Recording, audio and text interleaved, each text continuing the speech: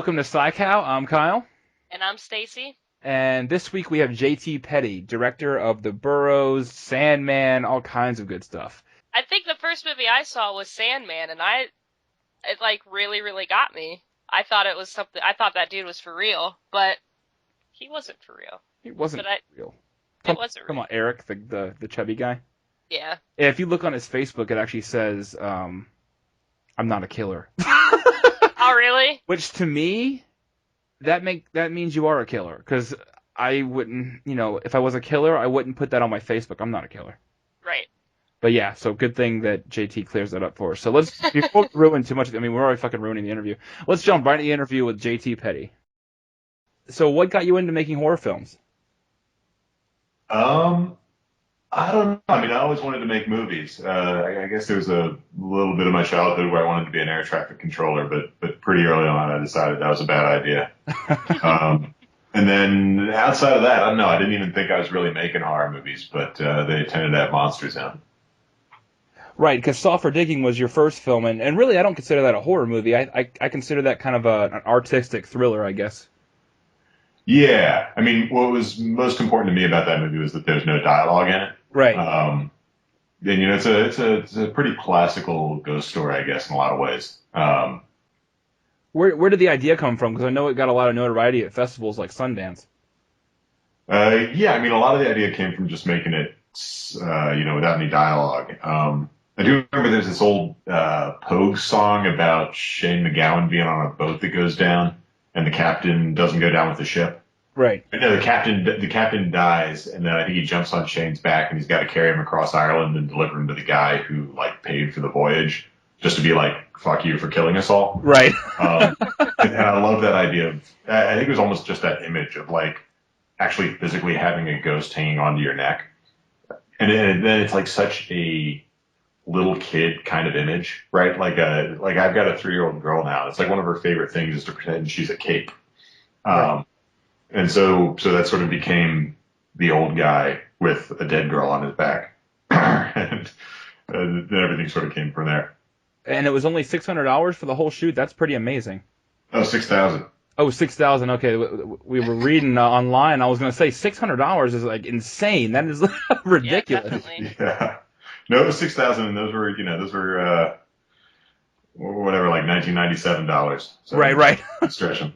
But yeah, I mean that's shooting on 16 millimeter, and I was in school, so I could get a bunch of stuff for free and all that sort of stuff. So right, that's the way to go. Yeah, do it while you're young. What you did also one of the Mimic sequels. Is there anything in particular that drew you to the Mimic franchise? I mean, to be totally honest, basically I met a producer from Dimension at Sundance, and I was still working my day job at the time. And he asked me to come into Miramax and sort of talk about some projects that they had. And they essentially just laid out every sequel they were going to make that year. So they literally said, we're going to make Hellbender or Hellraiser 8 and 9. We're going to make Children of the Corn 10. We're going to make The Crow 6. We're going to make The Prophecy 5. And we're going to make Mimic 3. And I chose Mimic because they had a pretty strong concept for it, and it was the lowest number in terms of sequels. Right. Was Lance Hendrickson originally written in for Mimic, or was that somebody you just were lucky to get? No, he came on pretty late in casting. But yeah, it was just lucky to get him. I mean, he's obviously the icon of my childhood. I mean, I grew up watching Aliens probably 3 times a week. Definitely. So, he was amazing. He's pretty great to work with. Yeah, he was funny. I mean, he was every actor on that movie was so completely different. It was Amanda Plummer and Lance Henriksen and Carl Geary and Alexis Ziena, and they were all just at completely different parts in their career, and it was such an amazing kind of crash course in how to deal with actors. Right. And what was funniest about Lance was how different he was from on screen to in person. You see him in person, and he's this guy, and he's like a symmetrical looking guy. You'd see him at the DMV, and you wouldn't really think twice about him. and I could like lean over from him to the video monitor, and he suddenly becomes Lance Henriksen. You know, suddenly like, his face is made out of leather. He's got these crazy eyes, and like is that guy I was so familiar with. Right. That was sort of a lot of the lesson too, is just like trusting the camera to see things that I couldn't. Like you said, Lance is definitely an icon and just like you, Aliens was a huge part of my childhood, especially Alien, well, the second one, but because the third one I wasn't too into. But with Mimic, I remember seeing Mimic the first one as a kid, and I didn't really know there were sequels until later. And when I knew there were, I had to watch them just because I was a huge fan as a kid. Because those are my kind of movies, the cool, different monsters and that kind of thing. And I was surprised because normally sequels are not as good as the original, but I really did enjoy the third one. The Sentinel was really, really well done. Oh, thank you. But I'm also a huge Batman fan. Like I'm gay for Batman, and I saw that you wrote scripts for Batman Vengeance and Batman Begins, the video games. What was it like writing for Batman? Did you get to meet a lot of the cast? Yeah, I mean, Batman Begins, I got to direct the whole cast. So when they came in to do the voice work, I got to direct, you know, Bale and Michael Caine and Liam Neeson and all those people, and that was amazing. I mean, Batman Vengeance is probably a little bit more fun to write because there was no story there. You know, they had just bought the license, and we actually had, you know, a decent production run to actually make that game. Right. You know, something like Batman Begins, there was a lot of pretty amazing stuff about it because we did actually work pretty closely with Nolan's crew to sort of make that game. You know, I mean, a lot of the at least the cutscene production worked out of Nolan's offices in London. Right. And working with the cast was great. But obviously there's sort of limitations in terms of what you can do story-wise because we had to stick with basically the movie story. Right. And a lot of it was about like trying to find places that we could kind of fill in the gaps and talk about some other stuff. And I got to meet Denny O'Neil on that, who was working on the novelization at the time. And it sounds like you guys are pretty young guys, but I mean, Denny O'Neil sort of like ran Batman, you know, in the 1970s. Right. You know, in sort of like the last years of Batman being in blue and gray, you know, and invented Ra's al Ghul. And was just this like kind of awesome old guy who had all these stories about DC Comics in the 70s and 80s. God, that's awesome. Like, it's sad how obsessed I am with the Batman franchise. Not just the movies, but I mean, I'm a huge comic book nerd too, and I mean, it's I guess it's more accepted today, but with all the movies. But For sure. I thought that was awesome that I saw that with Batman. I had to bring it up, even though we do horror movie show. I was like, oh, I got to talk about Batman. No, just like somebody trusting me to like play with Batman for even a video game is just like such. Yeah, like honor is probably too strong a word, but I certainly felt a lot of responsibility there. Right. Well, jumping back into horror, I think the first thing that I ever saw, I did see Saw for Digging randomly. I wasn't sure what it was, but I'm a huge fan of just checking out indie films. And then I noticed on Netflix that I saw the Sandman movie, the documentary. How real was the interaction between you and Eric Ross? I think his last name's Ross, but something else kept coming up online where his last name starts with an M. But how real was that? Yeah, how real was the interaction between you and him? Was that all genuine, or was some of it kind of scripted, or? Yeah, I mean, almost entirely scripted. Okay, gotcha. I mean, his character is bullshit, and that was sort of part of the idea. And we built him as entirely as we could. You know, like before we even started the documentary segments, we made the Sandman movies and took them to festivals or the conventions and sold them. Right. So I mean, he's invented, but you know, at the same time, like Beelzebub wasn't born Beelzebub. You know, there's a point in his life where he decided to create Beelzebub and went out to conventions and started to sell things. And like when I first met Fred Vogel, he told me his name was Fredenstein. So and you talked to those guys, right?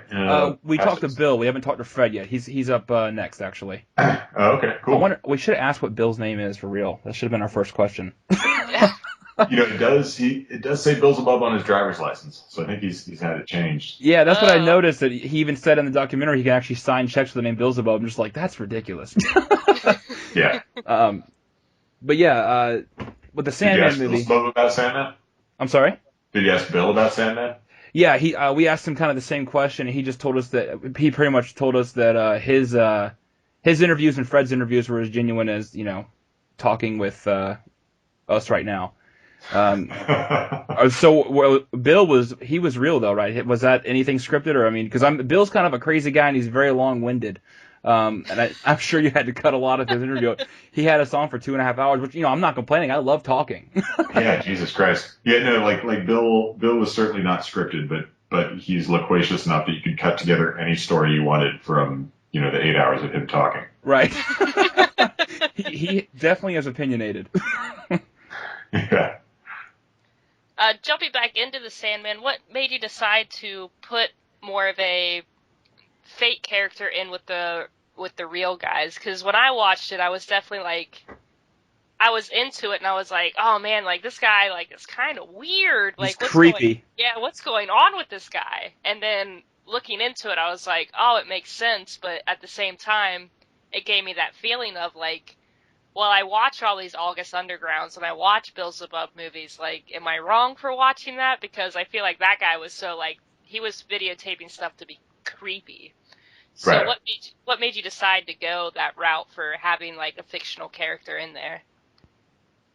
I mean, a lot of the original ideas about it were kind of that line between what's real and what's not. I mean, certainly, like you're always like playing with the tension in a horror film of how close to realistic you can get.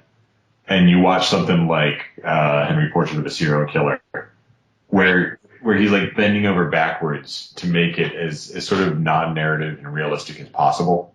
Mm-hmm. And it still has that sort of titillation of a horror film, but almost takes it too far for a lot of people, where they lose the enjoyment of it. Right. And the question of how realistic you can go and still enjoy it, I think, is a really interesting one for both horror film watchers and horror makers. And so having a character who is sort of fictional and who I could control like that sort of let me play a lot more explicitly with the line between what's real and what's not. I mean, like one of the most disturbing moments in the movie for me is actually that bit where Beelzebub slices up his own arm. Right, And it's yeah. obvious that he's really slicing up his arm. That's something else that we asked him about too, I think, because he said that he had made that movie before he saw August Underground, but in the documentary it was after August Underground. Yeah, well, I'm lying all over that documentary. I mean, Yeah, I love it though. I mean, that's what you got to do to make a good movie. well, but it's also sort of the point of the movie. I Yeah. mean, like I was definitely like trying to make myself as much of an asshole as possible in that movie, Right. so that you wouldn't trust me as the director or my involvement in editing. Right. And it's so explicitly manipulative in terms of editing, where I'm sort of cutting from one interview to the next in a way that completely changes the meaning of what people are doing. There's a point where the forensic psychiatrists laugh at Debbie D for thinking she's going to be a superstar someday. Right.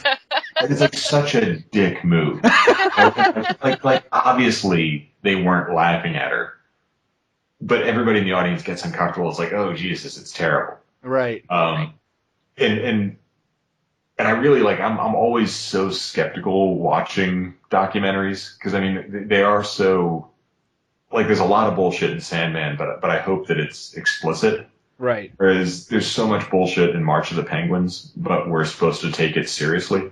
Every documentary. I'm a huge documentary fan, but you can easily point out a lot of times that's total bullshit. Yeah. How about the beginning of the movie where you said that your initial your point for the documentary was to film he was I guess a sadist, I guess, a little bit, or a masochist, but he was videotaping other people. Was that a true story, or was that complete bullshit too? Yeah, no, that was totally true. Oh, and actually, wow. even the bit about like him, when I finally saw him face to face, he was going at a stump in his yard with a chainsaw. Oh, wow. Wow. See, that would be the part that I thought would be bullshit, and the rest of them like, he's not lying to me. I can believe all this.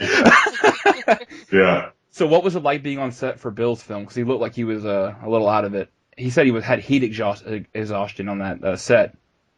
Yeah, it's hard to tell with Bill. Like, I mean, it was amazingly fun on the set, and it was actually great talking to everybody who worked with Bill. That like that the shoot. We were there for 10 hours, and he got maybe 4 shots. And and that poor girl's like lying on her stomach the whole time Right. with these giant fake tits, and it's just like I'm sure it's terrible lying on top of it. Yeah, that's what he was like, saying. He hated that shit. He hated fake tits. Yeah, I'm sure for entirely feminist reasons, but. So despite like how hard it was for everybody talked about how much they loved Bill and loved working with Bill. But he was definitely like I think there was some performance anxiety on his part, and Right. certainly a fair amount of drinking going on. But I mean, who knows about? I've heard heat exhaustion from Bill. I've heard diabetes. It's just like all sorts. It's always a story, and another half hour of it. Yeah. What are your thoughts on some of like the Beelzebub and the Fred Vogel? I know it's kind of like an underground, technically considered like underground. Is there any films out there that you find completely shocking? I don't know. I mean, shock's a funny thing. I mean, because I get my guard up anyway when I'm watching one of Fred's movies, and Bill's movies are so sort of playful. It's hard to be shocked by them. Yeah. You know, I mean, they're kind of Saturday morning cartoons in a lot of ways. I mean, I was actually a couple weeks ago finally put in Ant Farm Dickhole. Yeah. And have you guys watched that one yet? Yeah, he gave me a copy at the horror convention in Charlotte. I know, it's just funny. It's like it feels like the more he makes these movies, the closer they get to like Louis C.K. episodes. Right. I mean, it wasn't like terrible, but I thought it was really long for a horror movie, especially Sure. with ants in your dick. But yeah, I mean, it definitely wasn't his best film. I like some of his. I like his comedy, but I guess all of his movies are comedy. I don't even know what I'm saying. Yeah, well, there's some where he goes kind of grim. I mean, Right. some of the rape stuff is fairly, and that mostly sort of gets tedious for me. Like, it seems the most explicitly made for masturbation. Yeah. Yeah. And I mean, I don't know. It's funny, like trying to find something that shocks you, because it is hard, especially in the lower budget stuff, not to be sort of conscious of the performances or conscious of the production values or whatever. But it's hard to say. I can't think of the last time I was really. I mean, I guess there's some segments in ABC's of Death where I was just like, oh, Yeah. Jesus Christ, that's what they're doing. Have you seen Serabin film? No, I haven't seen that one yet. That one, like you said, I don't get shocked really at all. In that movie, I've never watched a movie with my hands over my face. Just like, what the fuck am I watching? Yeah. But yeah, Did you enjoy it? it wasn't a bad movie, but it was just like I feel like it was made just for people to go, what the fuck, this guy, this guy's fucked up. Like, but it wasn't terrible. I mean, but yeah, it was just like really, really, really fun. It was like infant rape, and there's like all kinds of shit in that movie, like August That's Underground. my favorite kind. Yeah. Would you ever watch it again? Yeah, no, I'm a huge fan of gore and guts, and like we were just talking today, we were talking about how some of the snuff videos on the internet, like when I hear about it, I can't help. I know it's terrible, but I can't help but have to go look it up because I guess it's just the horror in me. And those are something like it's like Fred said in the documentary. When you watch them, it seems fake, like just the production, I guess, and like I don't really picture the human body doing some of the stuff it does, doing some of the things that it does, but Sure. the movies always seem a little more real. Especially August Underground definitely. They pull no punches. They know special effects. Yeah, for sure. No, I mean those the first one and Mortem, I mean, are sort of very pure. Yeah, Mortem didn't really give a shit how you felt about it. It was just like they're gonna do whatever the fuck they want in that movie. I mean, it's sort of like the most interesting shots in that movie to me. Is the stuff where like they're driving past a fast food restaurant and he tilts the camera down and films one of his testicles for a few seconds. Right, yeah, or just filming dog shit and like just random shit. But I mean, and I understand where they're coming from. They're in control of the movie and you're gonna watch whatever they want you to watch. And I mean, it's just the whole control thing. But I mean, those movies are hard to watch sometimes, especially Mortem to me, just because I'm not really a fan of kid rape, even if it's even if it's dead. Subject matter, yeah. Yeah, I don't care if the kid's dead or not. I really don't. Yeah, it's also pretty obviously true that even if it's just a really well made doll, right?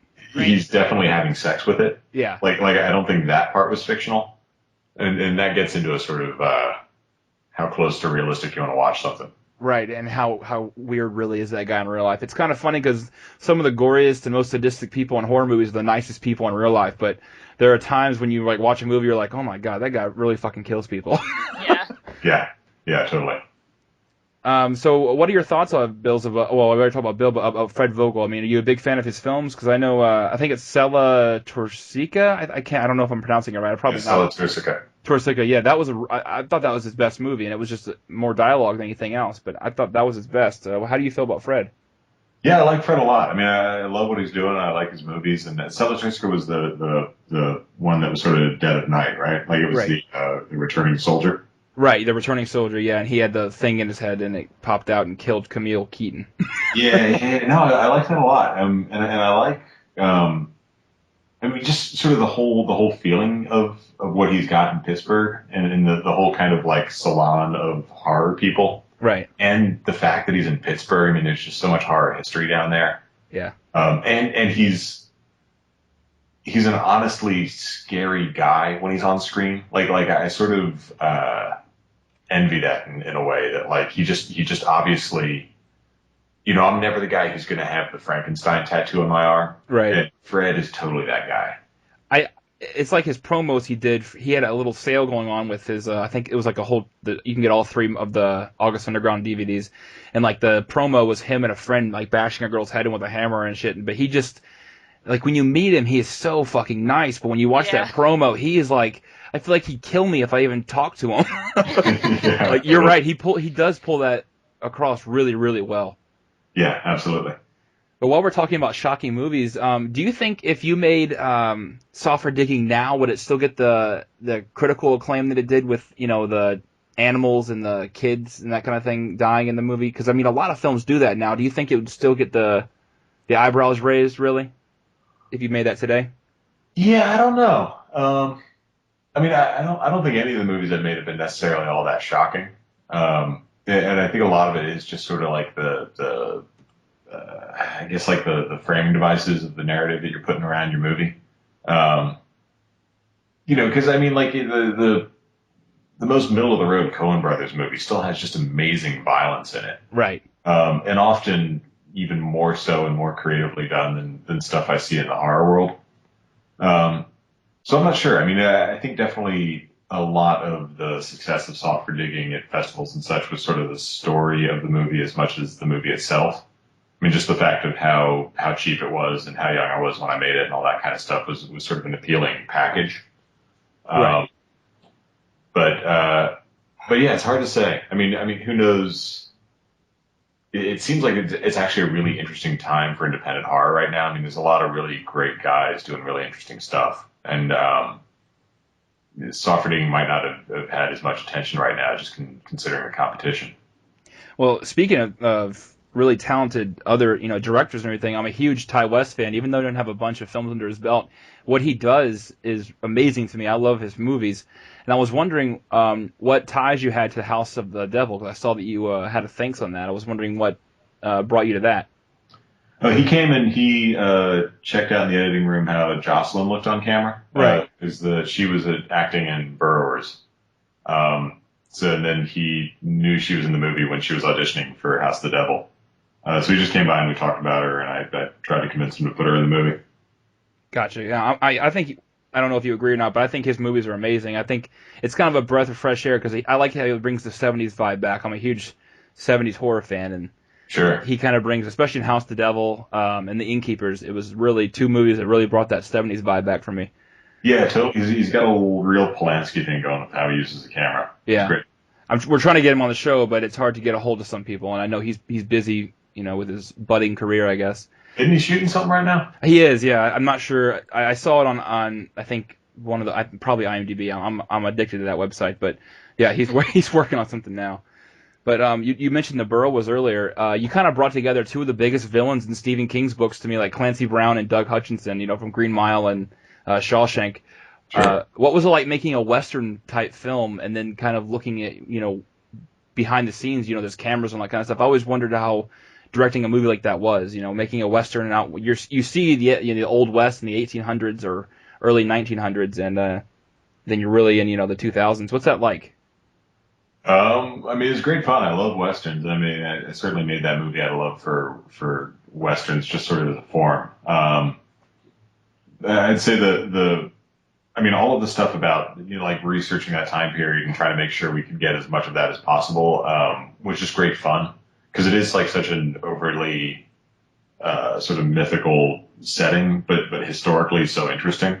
And the thing that I kept sort of trying for in terms of the Burrowers was just that like being a cowboy was about the shittiest job that you could get. Right. Like if you couldn't cut it in gangs of New York, they would buy you a train ticket and send you out west to be a cowboy. Right. And so it was a bunch of like ex-convicts and ex-slaves and immigrants. And there's all these amazing stories of, a group of cowboys trying to do a job or trying to find somebody or something. And nobody speaks the same language because half of them were sort of fresh off the boat, suddenly out in the old West. And I just love thinking about like what like a European immigrant is going to think if he's suddenly in the middle of Arizona. I mean, it would be like being dropped on another planet, right? I mean, like you've got buffalo and rattlesnakes and horny toads, and like the landscape is what they actually used for other planets in the 50s for movies. And I just love the idea that like you could introduce one more monster. It wouldn't be that far outside the experience of an immigrant. Right. I wonder where those monsters are now if they made an updated version of that movie, like if it was, present day. Yeah, we played around with that because, they'd come back every 70 years according to the mythology. Right. And I love the idea of like setting one in the mid 50s when they're digging the highways. Right. Post World War II, where there's the sort of the highway defense project. If they're digging out in the middle of the country, they could find whatever the giant sort of underground stuff going on.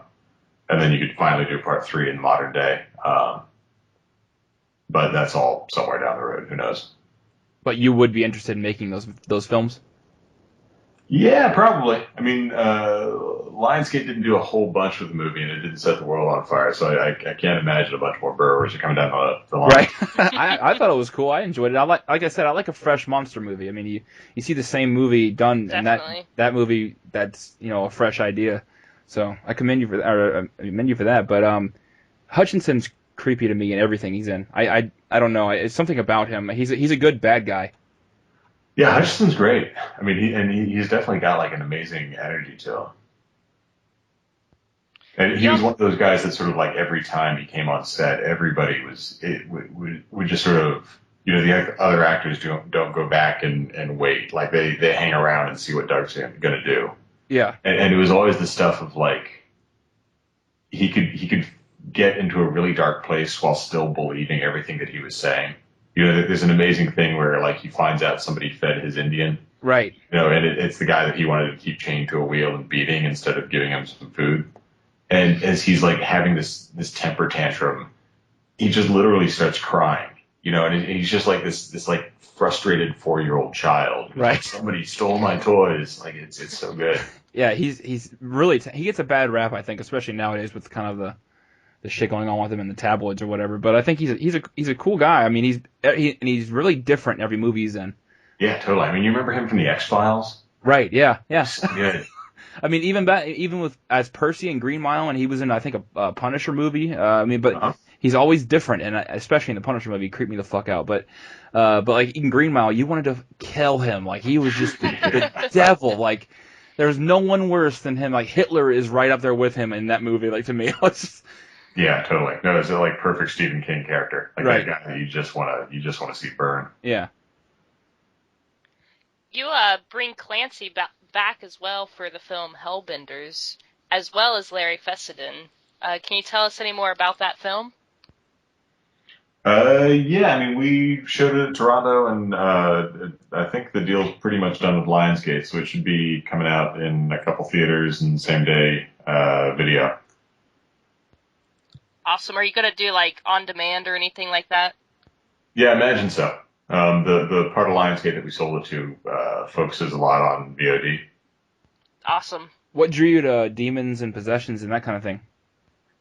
It was the basic concept, essentially. Like it sort of the conceit of the movie is like, you know, at the end of The Exorcist, how Father Merrin can't cast the demon out, so he invites possession into himself and then kills himself to take the devil to hell. Right. Right. The church realizes that this is something that comes up all the time because it's in every fucking exorcism movie. Right. And so they have a team of guys who, if nobody else can do it, have to go and offer themselves for possession and then kill themselves to take the demon to hell.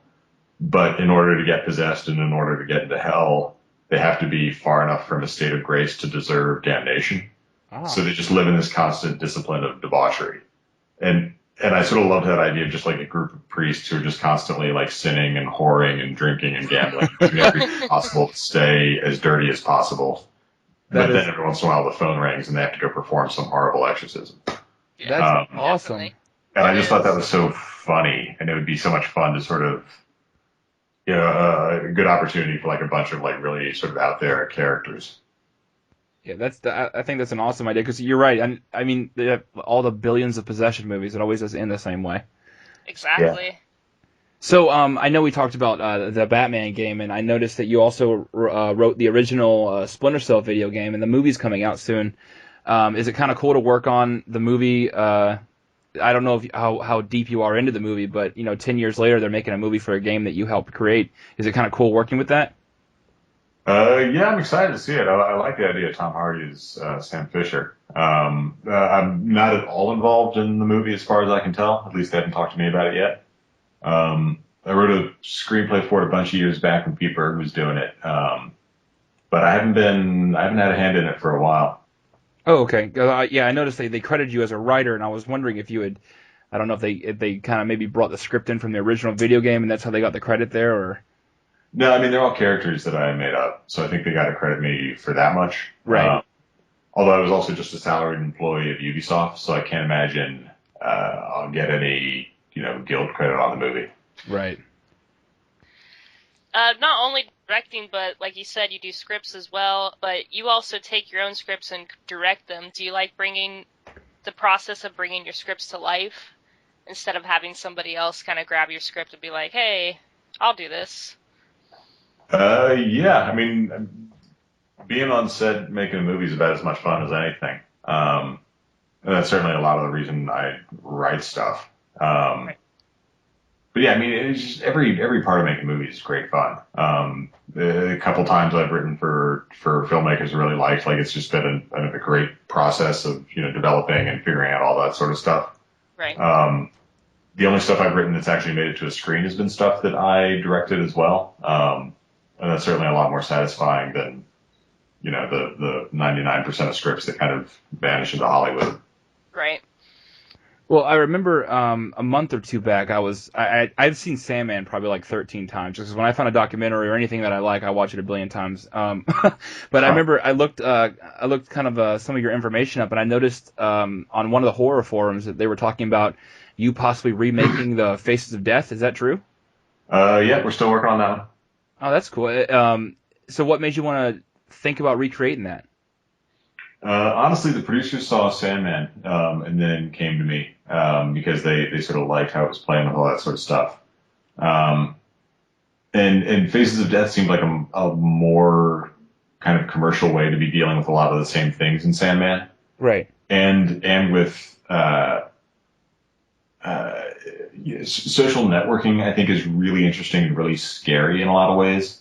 And the way that we deal with privacy now and the way that we don't really have strangers anymore, I think is really interesting. And just stuff, I mean, I'm sure it's all stuff that makes me feel or seem like an old man. But like I cruise around Facebook too much. I just like get creeped out of shit. I sort of like want to make a movie about that. So would you be writing all the segments, or would you use any kind of real footage at all, or would it just be like the original where it's everyone thought it was real and it looks so real but it's all just written? It's funny. Have you actually seen the original recently? I did. I watched it probably 6 months ago. I was getting a tattoo done, and we watched it. Yeah. I mean, it's amazing. I mean, like the slaughterhouse stuff is upsetting, and like the monkey autopsy stuff is absolutely certainly real. Yeah. But it's amazing how fake so much of it looks now. Right. Yeah. Yeah. The monkey And head was terrible. yeah, no, it's hilarious. I mean, and it's amazing remembering back. I mean, maybe when you guys were kids, you're already like media savvy enough to see how fake it was. But when I was 13 or 14, like that, I was completely convinced that was absolutely real. Right. Right. And it's just now, like, even if I wasn't a horror nerd, I feel like I would have seen, Saddam Hussein die enough and all of this other just sort of like random death on the news that like we're just like so much more savvy about media and about violence Right. that anybody could look at that and be like, oh, that's fake. Yeah. And that's got to be interesting, right? I mean, like, it's just like the fact that like more 12-year-olds are seeing dead people on video without trying than. Oh yeah. I mean, yeah, with all the videos, I mean, beheadings and all kinds of shit going on the internet. Yeah. Sure. With the war in Iraq, they had the beheadings or whatever, and I mean, that was one of the first things on the internet that I saw, and I was pretty young when I saw that, and I can't believe I watched it, to be honest, but I did. But and I mean, was Yeah, shocked. it's nuts. as a kid, though, I just cannot imagine being a kid and having access to the internet like they have now. Because, I mean, back then, Porky's and stuff was like the material. No. And like the hardest core shit that you could see, like you saw some tits, like it was Yeah. amazing. When I found Disclosure with Demi Moore, there's probably like blur marks in the middle of that movie. But It's yeah. I read somewhere it's either 10 or 12 now is the average age that a boy sees hardcore sex on video for the first time in America now. It's insane. Wow. I didn't even know what that was when I was like, 12, 13. Oh, I didn't either. And Yeah, it's crazy. It's crazy. And there was another one about the Guardian in London, took a survey, and it was something like 10% of kids said, this is kids under 16, said that they had met somebody online that they then, or one of their friends was somebody that they met online first, which is just crazy interesting to me. I don't know, like it just like that kind of connection. consequently, they also met Chris Hansen the same day. So what we like to do on our show is we like to ask what we call the PSYCOW 8, where we ask just the typical horror movie, fan questions. Starting with, what's the scariest movie of all time that you've ever seen? Scariest movie experience I ever had was like back around 2001. I went to this movie theater just because I had a crush on the girl at the concession stand, and they had a really good sort of selection of stuff. And I saw this movie not knowing anything about the film or the director, and it was Audition. Oh, God. Yeah. So like I didn't know who Mike was. I didn't know what kind of movie it was going to be. I hadn't seen a poster. I hadn't seen anything. So like I thought it was going to be a weirdo romantic comedy that goes in strange places, and then like the back jumps, Yeah. and I was so ready to leave that theater.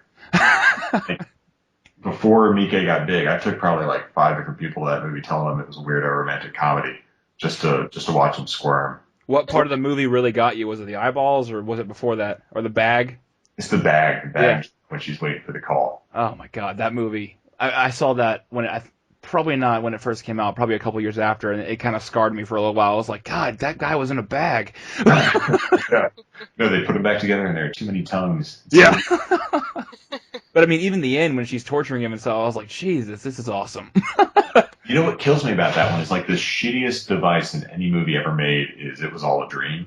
Right, yeah, I hate But it. that one sells it so well because he wakes up and you think it's all a dream, and you're like, oh, Jesus Christ, he has to be married to this woman now. Yeah, And like that's the worst possible thing that could have happened. yeah. And then it's almost a relief when he wakes up from that and he's like, oh no, he's just being tortured. He's fine. Yeah. Yeah, I'd rather that happen. Yeah, that would be, I'd rather just go out dying than, to live the rest of my life thinking, I had this nightmare about the person that I love. That'd be terrible. Yeah. What's the best movie you've seen in the last 5 years? Best in the last 5 years. I mean, the ones that really impressed me recently, and this is more like last 5 months. I'm terrible with time. But I saw Ivan's Childhood for the first time, which really like sort of blew me away. And I saw Tale of Two Sisters about a couple weeks ago on video. Right. That's a good one. And I thought that one was really, really pretty shockingly good. Yeah, it was. What's your favorite movie that you've worked on so far? That I worked on. Man, like if I had to go back and watch one of my movies, which I don't really like doing, but it'd probably be Burrowers. Right. I think Sandman is more satisfying to me just because I was sort of less fucked with while making it. Like I think it's the closest to what I was intending when I started making it. Right. You can do what you kind of wanted to do instead of having to please all the suits and ties. Yeah. Yeah. What's the worst horror movie monster of all time? Man, is it the mimic cockroaches? Like a giant cockroach that kind of looks like a guy in a trench coat if you're far away and squinting. Talking Yeah. about Jeepers Creepers It's now. a conceit for a monster. Wasn't that Jeepers Creepers as well? Yeah. No, I mean what's I mean it's sort of like what's nice about monster movies though is that like just the fact that it's a monster is so generous and pleasing to me. You know, like it's even the cheesiest monster, like there's real sort of pleasure to be had there. I mean, you can watch like Day of the Dolphin, and it's like it's Flipper, but like I just like that they're getting outside of humans. Right. I agree with that 100%. For the kid in me loves the monster part, and I mean slashers are good, but I'd much rather see a monster and time with effects and all that stuff as well. I mean, even things killing and stuff like that. It might be cheesy, but it's like Toxic Avenger. I showed all my friends that, and they fell in love with it. They don't even like horror movies. It's just terrible, but it's awesome at the same time. Yeah, totally. No, I mean, there's a sense of fun to it. And then like when it actually works and there's something kind of heartbreaking about it. Like, I mean, Del Toro is obviously like the guy doing it best right now in terms of just sort of making monsters into art. Right. Right. But yeah, you just go back to like Creature from the Black Lagoon or The Invisible Man or any of this stuff where just like it starts to get kind of sad. It's just like so much more interesting. Right. Yeah, Creature was my favorite Universal horror movie. It was different because he was already the monster. I mean, it wasn't like Frankenstein was created, Dracula was everyone knows Dracula, but he was just a different monster that kind of got big, and I was happy that it got the success it did. Yeah. What's your cheesy guilty pleasure movie outside of horror? Outside of horror? Right. Cheesy guilty pleasure movie. Like something that you're embarrassed to admit, because I mean, we all have our movies that we're like, oh god, I can't believe I watched that. I'm trying to think. I don't have a real developed sense of shame. That's very good. I wish I didn't. Yeah. God, I don't know. I mean, I've got a real giant soft spot for like mid '80s terrible action movies, like I Come in Peace. Right. Like those sort of not time bandits, but time. What was the one with the motorcycle that could go through time and they chop up the guy with the helicopter blades at the end? What the hell? Yeah, it was a. Oh God, I can picture the cover of the VHS tape, but I can't remember the name of it. But I mean, that's sort of like the kind of shameful watching that I'll do on YouTube on my computer because just don't want my family to see it. Right. I think I just saw a trailer that I had never heard of for is it called Time Rider? Time Rider, yeah. Yeah. I watched the shit out of that when I was a kid. There was some movie called Cannibal House Moms or something like that from the 80s, and it was like just the worst movie ever, but I was like, I have to watch that. I love cheesy B-list horror movies. Oh, totally. I mean, if they were running monsters on TV right now, I would watch that religiously. Right. What do you think about all the remakes of horror movies? Do you agree with it, or are you kind of like, no, that doesn't need to be remade?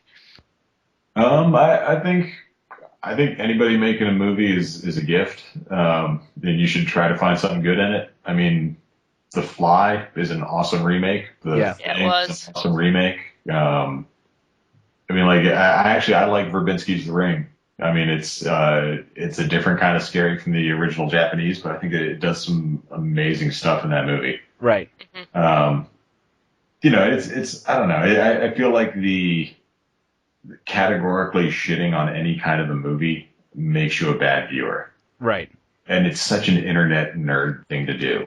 How about like Leatherface and Freddy, who are already icons, and like it's just to me they're just never going to add up to the original.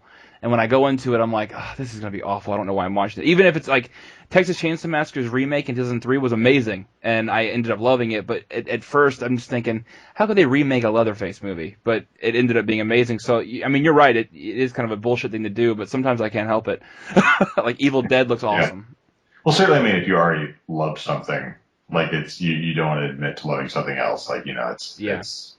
but I don't know. It's certainly hard to do, and I'm usually eager enough about that kind of stuff to actually read up online. But it's really I try as hard as I can to go in blank when I'm watching something. Right. Definitely. And thank you for being that way, because a lot of people do go online and they'll read reviews and then they'll see something that somebody said and then they'll just be like, oh, well, then it's going to suck if this happened. And they don't even really give it a chance. And I think more of that needs to happen. If you're in that state, you're making an effort to enjoy movies less. Right. Right. It's like, why do you want to be a dick? Yeah.